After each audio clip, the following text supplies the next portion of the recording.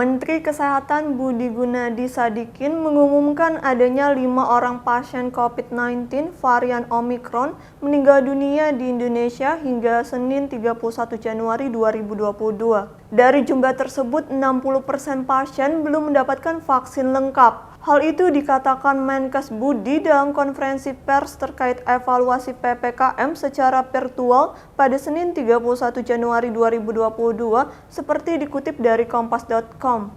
Budi menjelaskan dari kasus COVID-19 baik yang sedang maupun berat yang membutuhkan oksigen, 63% pasien belum mendapatkan vaksin lengkap. Ia pun menegaskan bahwa sudah ada 5 orang positif Omicron yang meninggal dunia.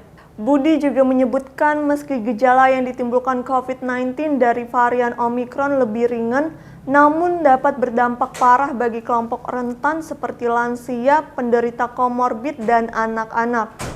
Bahkan jumlah pasien anak-anak cukup banyak. Oleh karena itu, ia meminta cakupan vaksinasi COVID-19 untuk lansia dan anak dipercepat, sebab 60% pasien COVID-19 yang meninggal dunia belum mendapatkan vaksin lengkap. Selain itu, Budi Gunadi Sadikin juga mengatakan puncak gelombang COVID-19 varian Omicron diprediksi terjadi pada akhir Februari 2022. Ia menyebut melihat gelombang COVID-19 varian Omicron di negara-negara lain jumlahnya bisa 3 kali lebih tinggi dibandingkan Delta.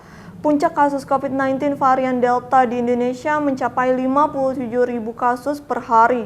Ini artinya bisa ada 171.000 hingga 342.000 kasus per hari di gelombang varian Omicron ini. Melihat kondisi tersebut, Budi meminta masyarakat untuk tetap waspada dengan lebih disiplin menerapkan protokol kesehatan dan tidak melakukan kegiatan yang menimbulkan kerumunan. Nah, yang ketiga yang saya ingin sampaikan Bapak Ibu. Kita yang sudah ada meninggal 5 orang positif Omicron. Itu 60% belum divaksin lengkap. Kita sudah melihat dari kasus yang sedang dan berat yang membutuhkan oksigen, 63% belum divaksin lengkap.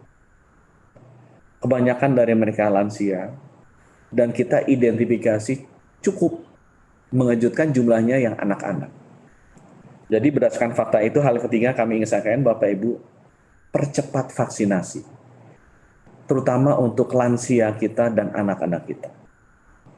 Lindungi mereka. Kewajiban kita untuk melindungi orang yang belum divaksinasi agar segera divaksinasi, terutama lansia dan anak-anak.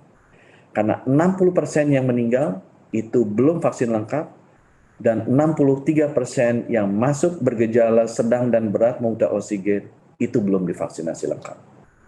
Tolong prioritas berikan vaksinasi ke yang belum menerima vaksinasi, terutama lansia dan anak-anak.